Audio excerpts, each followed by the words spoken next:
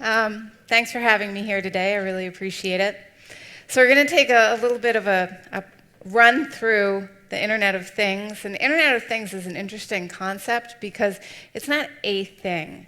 It's not even a limited set of things. When we talk about security in IoT, we're talking about a lot of T's. And I'm going to talk through some of the different verticals and why, as we think about the security models, some things are going to go across all of the models, all the different verticals. And we had Andrew just brought up that you have to understand the devices, you have to understand the network. But there are some things that are going to change thing to thing, so I'll get into that a little bit. But first, let's take a quick peek at what could happen when things go wild. So we've got a fellow here, he's stuck in traffic, he's on his way to work. And he's thinking, what did I forget to do back at the house? Maybe I left the refrigerator door open, he thinks. So he gets his smartphone out. He takes a look at it and goes to his home automation system. Anybody here have a home automation system? You control the heat, turn your lights on, right? This is the promise. We're going to be able to, before you even get home, you open the garage door, turn on your lights, get the oven started so that your food will be warm when you get home. Right? This is where we're going with home automation, but what could that also mean? It could go awry. Somebody could actually attack it. Anybody heard what happened with some of the baby monitors in the United States? Yeah? No? Okay, so baby monitors, these are now IoT. They're internet connected. And it's great because you could be halfway across the world, away from your children, yet you could check in on them. You could be downstairs, or you could be halfway across the world. You're going to be able to check in on your kids, hear them, see what they're doing. Well, yeah, surprisingly, with the baby monitor, a couple of baby monitors in the US, attackers were able to get through. There was a nanny who was scared to death because she started hearing things like, oh, that baby's so beautiful. I love that baby. Go to sleep, baby. Yeah, so attackers getting in from the outside. So home automation. But if we can open up our homes to our being able to remotely access them and control them, if we're not careful, so can attackers. All right, so we got this guy, he's coming on home. He checks his home automation, and he goes, you know what? I was being silly. The garage door was down, the refrigerator was closed, it's all good, nothing to worry about. But there really was. So in this case, we got an angry refrigerator. So someone had actually hacked into his home automation system, made his refrigerator very angry, and it was spilling out ice cubes. Could be annoying, but it's not going to be terrible when he gets back. Dishwasher was overflowing. It had gotten turned on, and it wasn't supposed to be on, and it was now overflowing. Could be a little bit worse, right? Depending on your house and the configuration, we could be talking some flood damage. But this is where the real issue would come in this home automation scenario. The attacker also turned on the toaster, and the toaster overheated, and the toaster was near a curtain.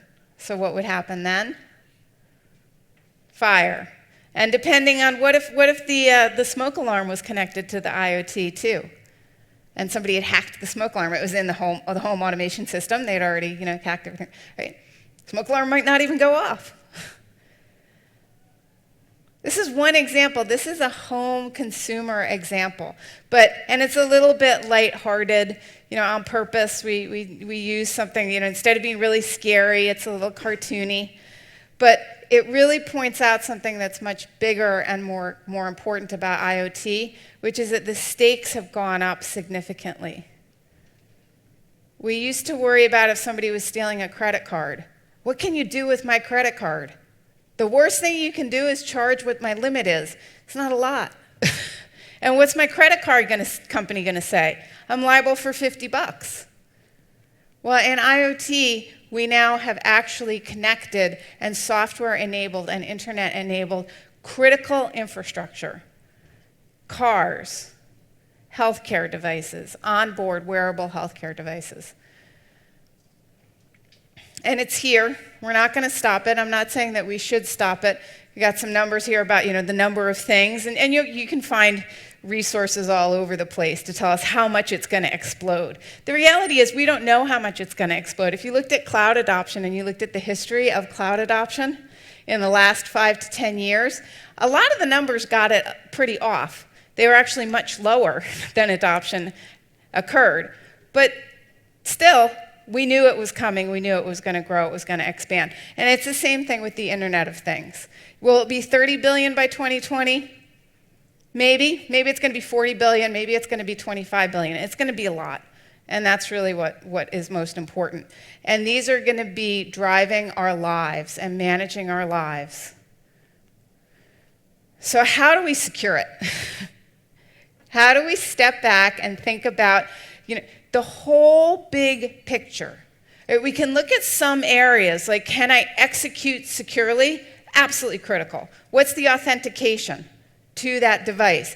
Absolutely critical. We need to understand all of that, but what we really need to look at is to the whole picture and take a look at how these different components fit together and where we put and layer in the security. We need to understand the threat models for each of these layers. This is the model that IBM has put together. Now on the bottom layer, the very beginning layer, I'm standing in front of it, the very beginning layer, this is our controlling device. That's a smartphone. Do we know how to secure smartphones? Pretty good at it, right? I mean, we've been doing this quite a lot. Then we get into the cloud. Are we good at securing the cloud? We're getting better, right? We're getting better at it. But we certainly understand it. It's nothing really that new. Then we get out into the internet. Then we get into some areas where we've got some very critical things to look at, like the local area networks. How many networks do you think the average connected car has in it right now? Anybody want to take a guess? Number of networks in the average connected car? No one? 3.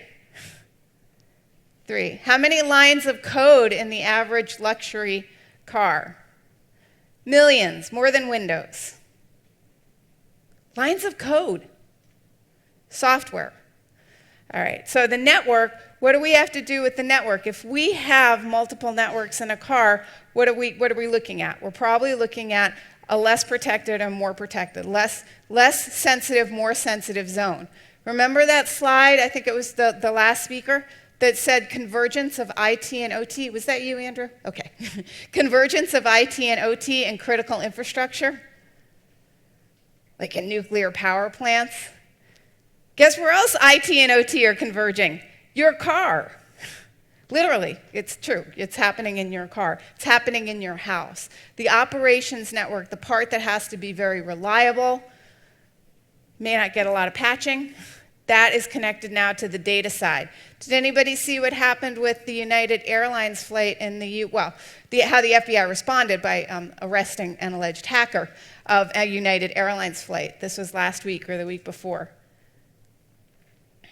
You did. Right? What did he do? He got from the IT Wi-Fi to the OT, right? Yeah.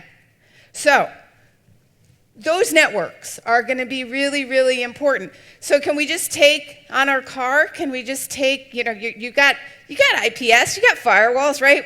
Let's go, fire up our car. We'll put in IPS. We'll put firewalls. We'll be able to separate these zones, get access control in our car, in our house. Not quite, right?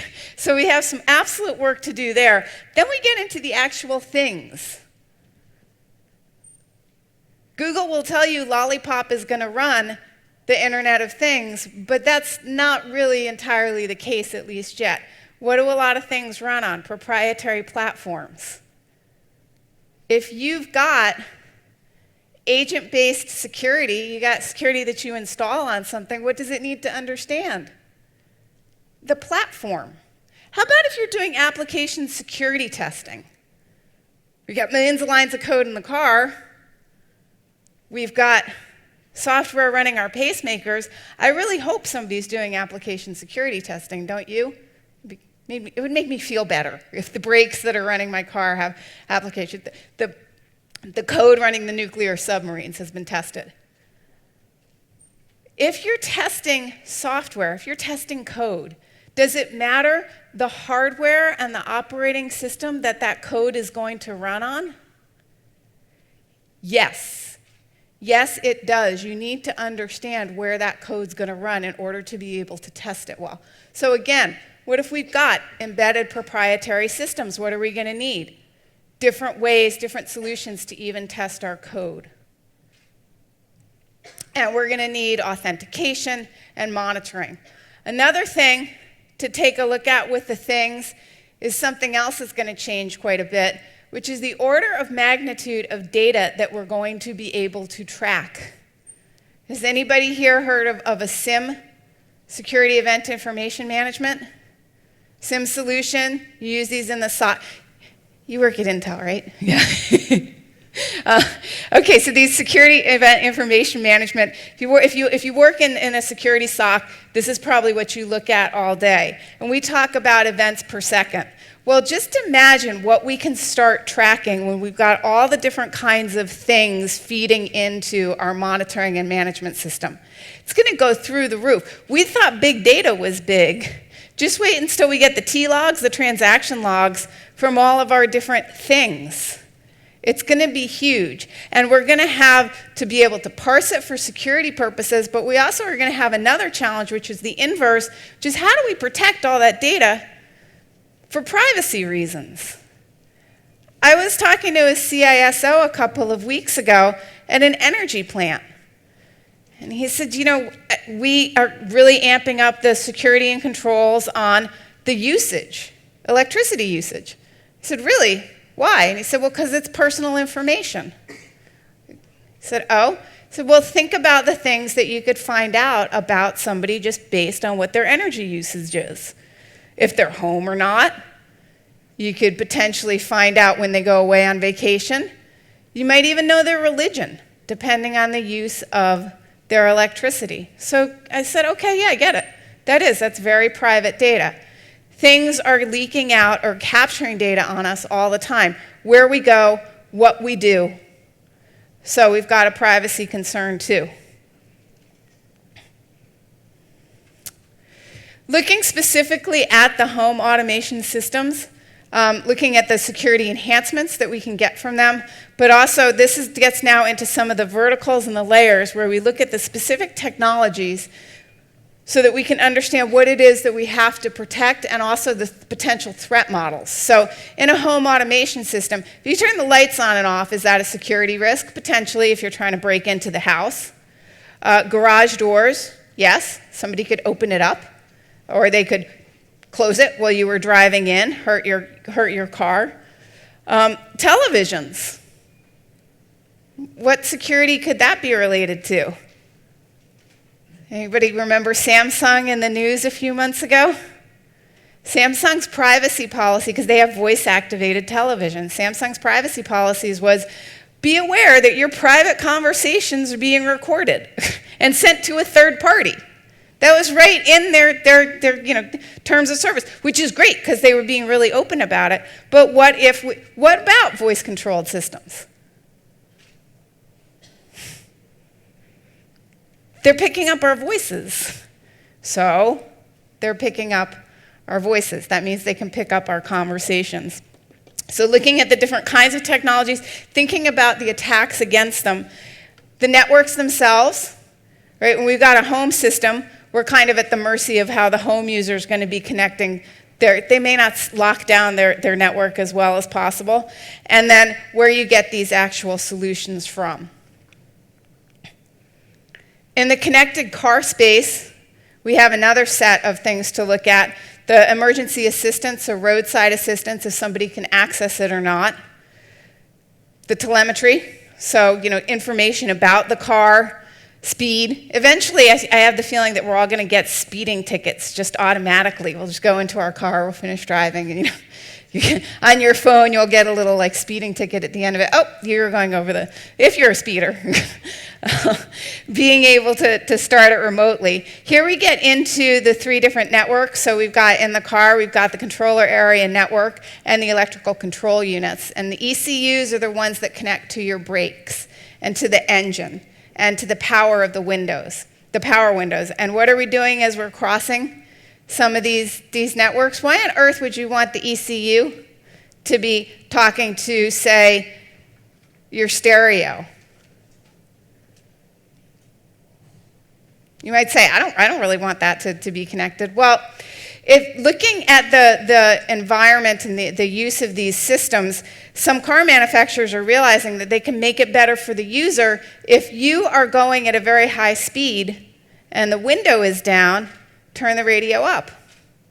If you start slowing down, put the window up, turn the radio down automatically. It sounds really cool. See, this is the kind of thing that when we build out new systems, there's somebody who's not a security person, who doesn't think about freaky things all the time like security people do, who says, you know, it would be really cool if the radio would adjust based on how much noise was in the cabin. Yeah, that's really great, but guess what? You're crossing across those 2 networks. We can think about these things in advance. We can build security in. But we need to do the threat modeling, and we need to do it at each one of those layers I was talking about. The other thing with automobiles is connecting in with identity and access management. So that car basically checking in.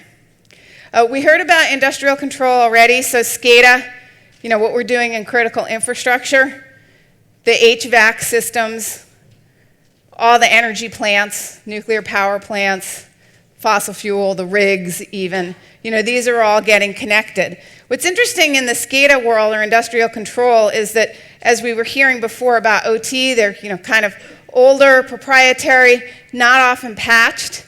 What's happened more and more in IoT? These systems that have been completely locked down have been much more opened up. We have remote access, but now we have remote access not from a limited number of systems, which is sort of what we were seeing years ago. We're seeing remote access from smartphones into these really critical systems. And guess what? They're not super well protected. And we don't always have a lot of intelligence about who should or shouldn't be in those systems because we're not monitoring them as carefully as we should. Does anybody remember when the United States our water system was hacked by Russia? Remember that? No? Okay. It turned out that a pipe rusted in a U.S. municipal water supply. And a couple weeks before that, the person who'd set up the management system had enabled remote access because he was going on vacation to visit his in-laws. Guess where his in-laws worked or lived? Russia, yes. So when that pipe failed, since the monitoring wasn't contextualized and saying, you know, I understand the HR rules, I understand usage, and I know where this particular admin is going, he's going to Russia, that's okay. In the SIM, in your reporting, enhance it and enrich that data so that you can make a much more context-based decision.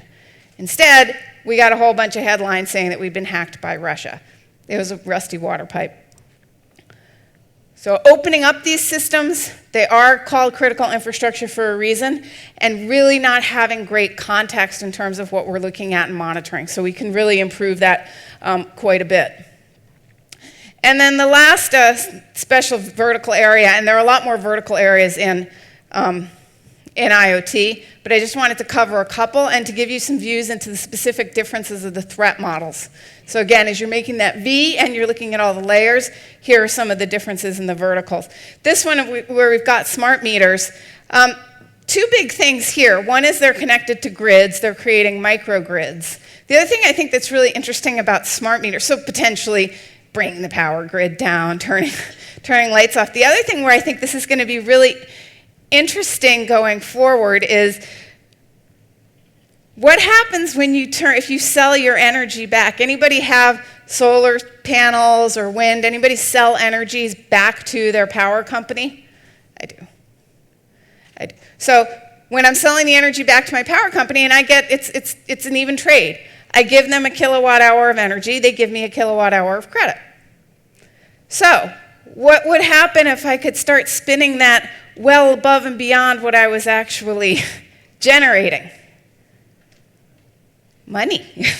Yeah, so I think we're going to see some interesting stuff go on here, because criminals are going to, of course, know that and figure that out and maybe potentially try and generate money off of hacked smart meters, in addition to causing mayhem, I think, potentially with the grid itself.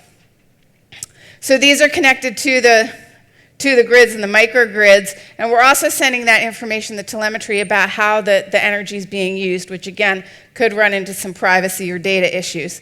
And we see these at the electric utilities and the power grid. Oh, I forgot one. Okay, the medical devices. This is a really, really important one, because if you get close enough to a user of the medical device and you turn it off, it is potentially actually loss of life, right? So if I turned off your pacemaker, I could kill you. We had a former IBM researcher, Jay Radcliffe, who wears an insulin pump. One day he got really curious and he said, gee, I wonder how you talk to this insulin pump. Well, it turned out it was a PHP script. No authentication. Anybody near him and his pump could have turned insulin on or off, effectively killing him. We also have a really interesting area just in the medical devices overall, because they can be very hard to patch, because what happens usually when you get a medical device proved as a medical device, it's at a certain level of the code. So what happens if you patch it? It's not approved anymore. So that's definitely a challenge there. With the connectivity, we are looking at the RF, so there's a potential to jam the connection. But we're also looking at, there's pressure right now to widen the scope. And also where we get it from, the medical device manufacturers. So that was some of the vertical areas on each one of these. I've got some specific attacks at each of the layers, and if you notice, these attacks get repeated. It's not because we got lazy and we just said, oh, I'm getting confused about what attacks are where. It's because we went through and we said at each of these layers, there are some areas that are going to be more or less likely. So password attacks, you see them on almost any layer where you would use password. Web app vulnerabilities, you might be surprised that they show up at a lot of those different layers of our model. But when we were looking at it, we realized that web apps are going to come into play in a lot of these. So if I have a smart meter as a thing, what's it probably talking to? Back end, probably talking to a web app. So as you're doing the threat modeling per vertical and per layer in the IoT, you're also going to find that some of these issues are going to come up again and again and again. Some of the additional attacks, things like going to the building automation system, turning the lights on and off. This one, very interesting. This is actually a CD player, a CD, that had some malcode on it, and when it was put into the car to play, it was actually able to access the ECUs in the vehicle. So access that controlled operations side, things like brakes. So this is real. These are some real attacks that we've actually seen in IoT. I'm not trying to scare anybody, just trying to make sure that we understand that as we're doing the threat models, we do think about all the different areas.